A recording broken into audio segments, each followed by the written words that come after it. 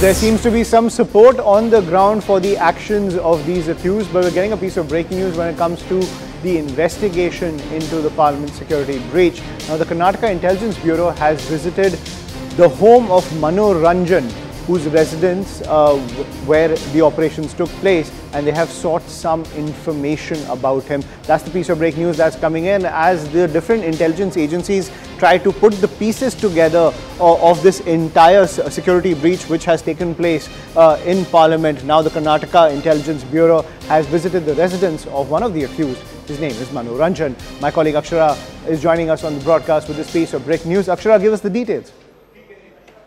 Well, you see, yesterday when the incident took place, we had the DCP of Vijayanagar division in Mysuru, along with other police officials from visiting the residence. They also had sought information, along with the local crime department here. Yesterday late night, they have sought the information from their parents. And today you have State Intelligence Bureau officials and also the Internal Security Force, DYSP, Virupaksha, for visiting the residence of Manoranjan right now. And they spoke to their parents for almost an hour or so. And they have sought all the information that is possible on Manoranjan. While speaking to the media, his father revealed that he was unaware about the activities of when it comes to his son, Manoranjan, and they were just aware of the fact that he used to travel to Delhi and Bengaluru frequently. In fact, 3 days back when he went to Delhi, he did not tell them, he did not reveal them that he was heading to Delhi. He just told them that he was heading to Bangalore. So their parents just told us that, they were unaware of the fact of such him being indulged in such activities. But today, the state intelligence officials as well as internal security force officials have visited them. So they're seeking all the information that's possible. So that they're also tracking the digital footprint to ensure that they catch certain co-conspirators if there are any. So the probe is going on, the multi-probe is going on right now. So they're seeking all the information and further details are awaited. Right, so Mano Ranjan is in custody and the Intelligence Bureau is trying to get more information about him. At the same time, Lalit Jha, one of the other accused, the 7th accused, is still at large. But let's take you through how these accused planned the entire breach, ladies and gentlemen. Let's get you the details of how they were able to enter Parliament, how they worked out all the details when it comes to this security breach that has shocked not just the entire nation but the entire globe as well. If we go through the details and what we have learned from top police sources, ladies and gentlemen, what we understand is that the 6 accused, they planned the Parliament breach on the 14th of December. This is what top police sources are telling CNN News 18. There was an error in the issuance of the pass which allows you entry into the visitor gallery. Then the plan was moved to the 13th of December. That's also what we are learning from top police sources. Security breach planning, it began all the way back in January, the beginning of this year, ladies and gentlemen. Accused did a recce during the monsoon session of Parliament to figure out where all the entry points are, where all are the weaknesses in the security infrastructure, which they exploited on the 13th of December.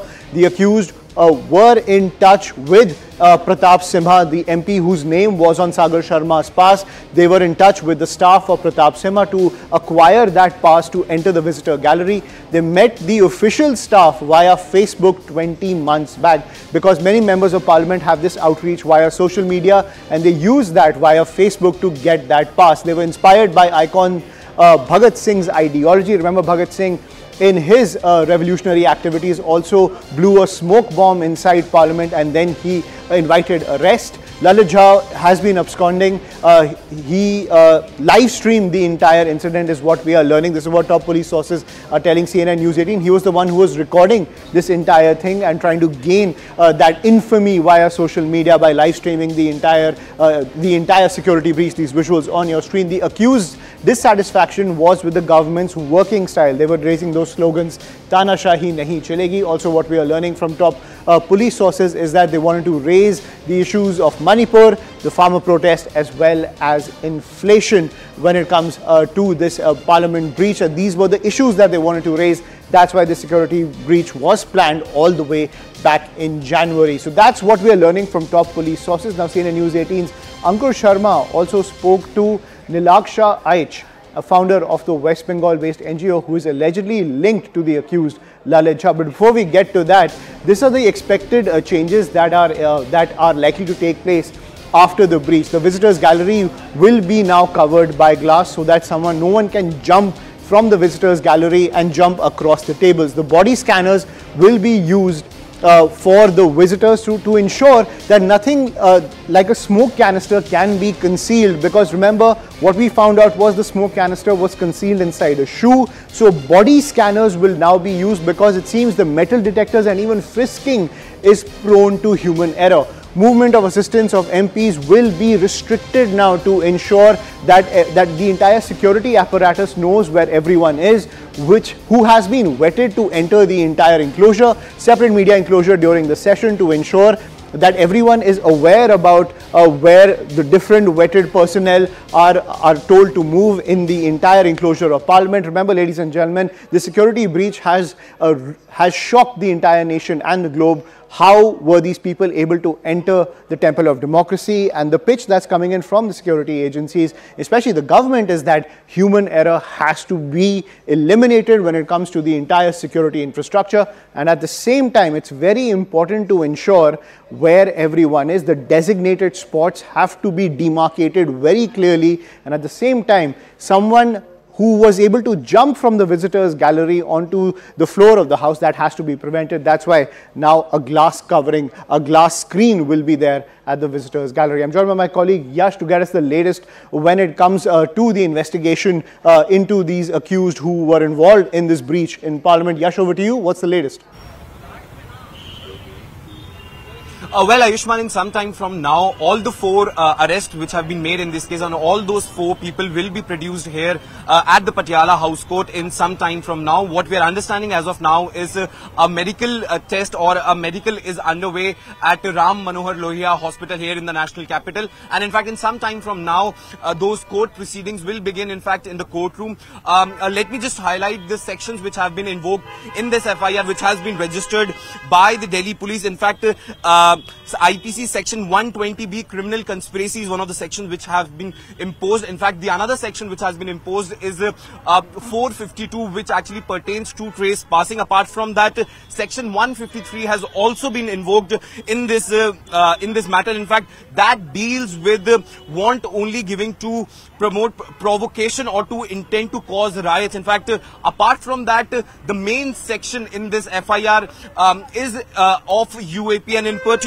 section 16 and in fact section 18 of the UAPA acts have been invoked in this FIR. Well, we know that 4 accused have been nabbed by the police in this case, and in fact apart from these 4, 2 are also on police's radar. One is Vicky, at whose residence in Gurugram this entire conspiracy was actually hatched, and in fact the another person is said to be absconding till now, who actually recorded that very video when the ruckus broke out outside the Parliament. Well, as of now, what we are understanding is that from the beginning we have been mentioning that this was no terror attack, but definitely it was a big breach of security which was reported inside the Parliament House. So this case needs to be taken at the highest level, and that is why a multi-probe agency has been launched in this matter. And in fact, from all angles this case will be looked at, because here we are talking about Parliament, and in fact on this incident taking place on 13th of December, which is actually the anniversary of the terror attack which took place on the Parliament, raises a lot of questions on the security arrangements outside the Parliament as well as inside the Parliament, because we know Parliament, when session is on, there is a three-step authentication or three-step security checks which are being done when somebody needs to enter. In fact, it's not about general public, it's about the MPs also. In fact, about anyone who want to enter the Parliament, there has to be a proper security check, and this actually raises a lot of questions as to how those 2 people were managed to smuggle that very canister inside the Parliament House. We saw how ruckus broke out inside the Parliament and outside also. Well, as of now, the latest is that these 4 arrested will be produced here Patiala House Court, and in fact most probably in front of Dr. Hardeep Kaur. Back to you.